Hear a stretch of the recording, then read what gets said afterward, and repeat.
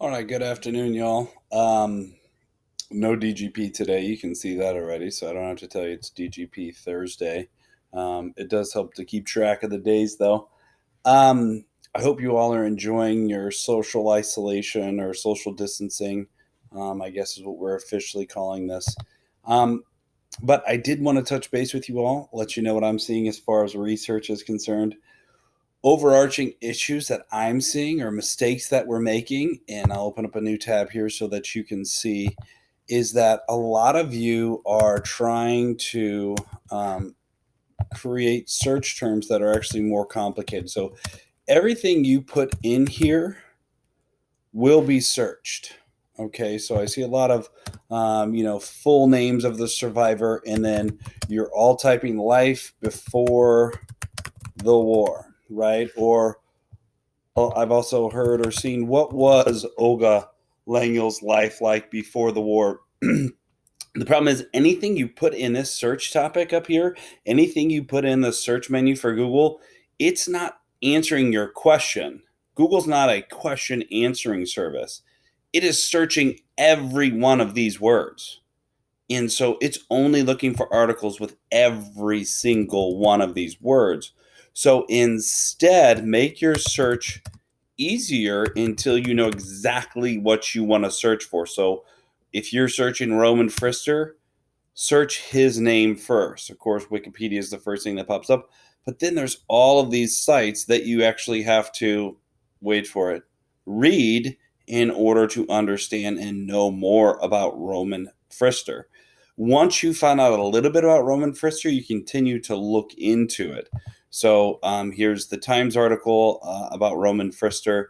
Once I've read over this a little bit, which is actually a really good one because it does go through at least some of his life. Some of it does means you have to agree to some things, blah, blah, blah. I don't want to subscribe at this minute, but um, you can actually sometimes bypass some of these by, getting a temporary subscription.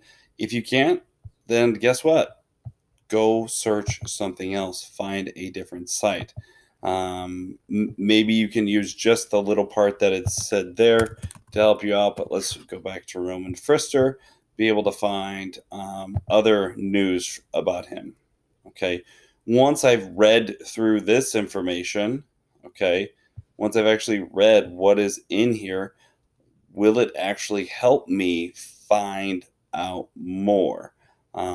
Years as a Harrods staff member and 16 years as director. So this is about after the war. So maybe this won't help me with life before the war, but it does give me an idea for later, and I know what he can do later on or what he did later on after the war. But it also has a location for his book. Maybe his excerpt from his book has a little bit more information that might help me. Um, once I've read through this, does it give me any information about life before the war? Okay.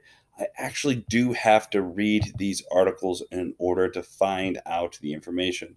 I know that seems amazing to some of you that we're actually, expecting you to try to read some of this stuff, but you're going to actually have to read it. Okay. There's a movie review that actually has Roman Frister in it. Again, I haven't searched Roman Frister as an individual to find out more information, but Survival of the Luckiest, Books The Guardian. So there's a review of a book that he's in. Maybe I can go find the book. There's an interview. One of the very first things that pops up is an interview with him. Maybe it's worth listening to that. It probably is worth listening to that to find out more information. He'll tell you more about himself, so don't hesitate to find out more of the information. Okay. So that's the big thing that I'm seeing when you're going to search. Don't complicate things by putting a bunch up here until I'm looking for something very specific. Right now, I'm just trying to find out about Elie Wiesel, just trying to find out about my individual. So narrow your search down. Don't put a bunch of words up here and complicate it. Okay. Another thing that I'm seeing is that a lot of you are still just trying to put down the website as your citation. That's not going to work. Okay, we went through a day, and I gave you most of the day on our last day to practice that search or I'm sorry, that bibliography citation for both classes, eighth grade English and also eighth grade honors, because you're doing the exact same research project at the time. At this time, um, I told you where to find it at, and that it's in number 2 research project. It's in the instructions. Okay, right here in the instructions. Once you click on it, brings up your Google Doc, right? Brings up that Google Doc, and then you're going to go to bibme.org/MLA. I know some of my notes before had an extra dot in there. I apologize. I didn't catch it in time, but it is still in right here for you to be able to find. Every time you're going to go to this site for a while, it's going to pop this up. I think it has check my paper, because they're trying to boost people checking their papers and making sure that they don't have any plagiarism issues, because of the social distancing that we have going on and a lot of schools being out. You want to create citations. Okay, so you can create a citation, and remember, we're doing just MLA. You want to do the MLA format. Once you've clicked on that, okay, you can scroll down through this. Sometimes this is actually working where you can just click on the website, because that may be what you're doing, and it will take you to how to do a website. Now, it isn't working today. Go figure. Not a big deal. I'm not super surprised, because a lot of the extensions of this site have stopped working because they're updating a bunch of it. But once you clicked on MLA, you can scroll down here, and it goes through again all of the individual parts of the MLA citation. But we want to keep on scrolling down until we get to common examples, right? And I told you we're looking at citations for websites, so make sure you're looking at citation for website, or for the most part, citation for online journal articles. Now, some of you have fallen into the category of needing to do a citation for a newspaper or a citation um, for an interview. Sorry, I may have already passed it up. I continue to do that every time I look for the interview. Nope, citations for interviews. Okay, like the Roman Frister one that I brought up. His interview is really good. I know that a lot of people have been able to use that one of the Holocaust Museum interviews quite a great deal. I know that Claire Barton has used one. A few of you others have, but that's just the first one that stands out to me. Okay. Um, Make sure you're using this site. Okay, it walks through exactly what you need to do for each one and how to set it up. Okay, I took an entire day to set this up for you and help you out. I gave you time to practice with it. Some of you didn't take advantage of that, so I'm working backwards with you and helping you out. So here's the example of the format that you need to follow. If you need help, reach out to me. Those of you that have emailed me, used Google Hangouts, you found out I respond pretty quickly. Okay, so looking at Google, you won't be able to see Hangouts very well because it's right here behind. But I did create groups for your individual people. I'm communicating through groups if we find anything. If you find something that's useful, also do that as well. Use that group that I created in your Google Hangouts to message each other. It should have it as an option for you now that I've added you to that group. Okay. Check to make sure you're in the right group as well, if you would for me. If not, if you're in the wrong group, please email me and I'll get that changed. One other thing that I wanted to touch base with you on was that I did also put down here what which groups you're in. Okay, that's not an opportunity to just grab work from each other. Okay, we as eighth grade teachers have already talked. We already know that some of you are trying to find ways to get around work, make things easier. Um, you guys can do as you want, but the problem is you're going to get caught if you're just trying to make work easier, cheat, cut corners, however we want to look at it. But do the right thing, do your own work.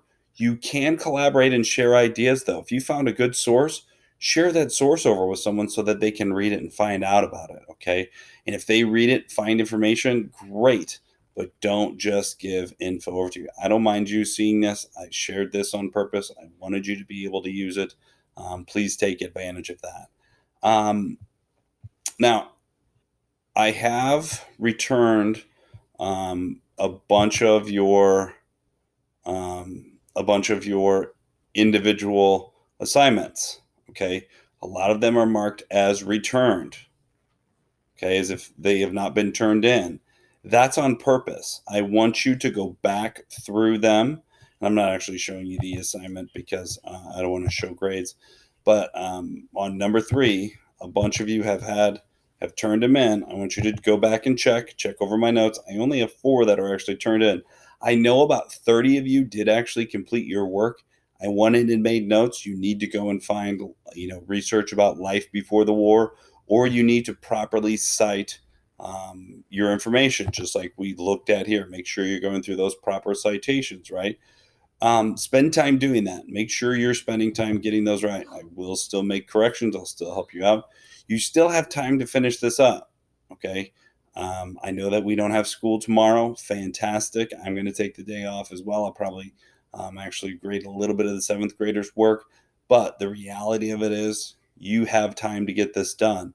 On Monday, I will assign the life at the start of the war, right? How did everything unfold for your character, for your survivor when the war started? Make sure you start working on that as well. If you're researching your person, you should be able to bounce between the 2 slides, right? Life before the war and when the war started. Make sure you know which slide you're in so you're not confusing that. The title for each one will be on your Google slideshow right here. Evidence for life before the war. Okay. The next one will be titled War Starts, Initial Impact on Survivor and Family. Some of your family, some of your survivors instantly had people killed, and they go through graphic details of what that looked like. Hey, this paper is going to be interesting to read. I want you to see the graphic details that happened. Okay. So make sure you're spending time with that as well. I think that's all I have for you. If you guys have questions, if you have concerns, please email me over. I'll be happy to help you all. I do miss you all. Best thing I can say is make good choices, be good people. If not, fake it.